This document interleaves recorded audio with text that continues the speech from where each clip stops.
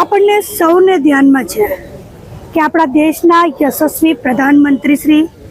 નરેન્દ્રભાઈ મોદીજી, જેમણે 2014માં આ દેશના પ્રધાનમંત્રી તરીકેના શપથ લીધા અને એમને કાર્ય કરતા આજે જ્યારે 12 વર્ષ પૂર્ણ થયા છે અને એની સાથે એક એવી સિદ્ધિ કે આપણા દેશના ઇતિહાસમાં સતત લાંબા સમય સુધી પ્રધાનમંત્રી તરીકેનો કાર્યકાળ જેમણે નિભાવ્યો, એમના કાર્યક્રમ અંતર્ગત આજે રાજ્ય સરકાર દ્વારા, ગાંધીધામ કોર્પોરેશન દ્વારા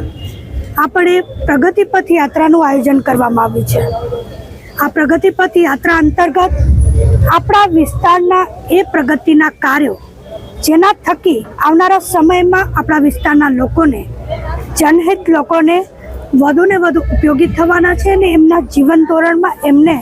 સહાયરૂપ બનવાના છે। ત્યારે આજે આપણા વિશિષ્ટ કાર્યો, જેવી રીતે અત્યારે આપણે ગાંધીધામ કોર્પોરેશન અંતર્ગત અહીં ઉપસ્થિત છીએ,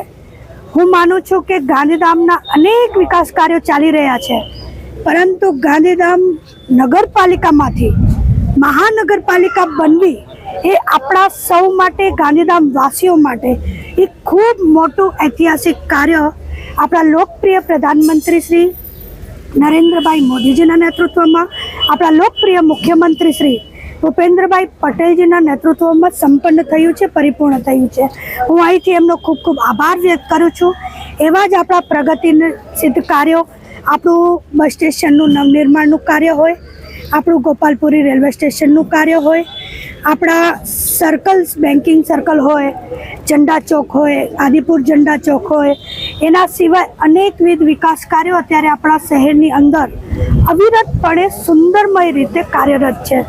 આ પ્રગતિપથ યાત્રામાં હું સમગ્ર કોર્પોરેશનની ટીમનો પણ આભાર વ્યક્ત કરું છું અને એમને અભિનંદન પણ આપું છું। કેન્દ્ર સરકાર, રાજ્ય સરકાર, પ્રધાનમંત્રી શ્રી નરેન્દ્રભાઈ મોદીજી, મુખ્યમંત્રી શ્રી ભૂપેન્દ્રભાઈ પટેલજીનો ખૂબ ખૂબ આભાર વ્યક્ત કરું છું કે ગાંધીધામની વિકાસની ગતિને વધુને વધુ આગળ ધપાવવા માટે સતત ને સતત કાર્યો આગળ ધપી રહ્યા છે। નવા વિકાસના કાર્યો આપણને મળી રહ્યા છે ને મને સંપૂર્ણ વિશ્વાસ છે કે આવનારા ખૂબ જ ટૂંક સમયની અંદર જે અત્યારે કાર્યો ચાલી રહ્યા છે, એ કાર્યો જ્યારે પરિપૂર્ણ થશે ત્યારે આપણા ગાંધીધામમાં જે લોકોની અપેક્ષા છે, આપણા બધાના જે સ્વપ્ન છે, એ પરિપૂર્ણ થશે ને આપણને એક વિકસિત ગાંધીધામનું નજરાનું આપણા શહેરના લોકોને મળવા જઈ રહ્યું છે।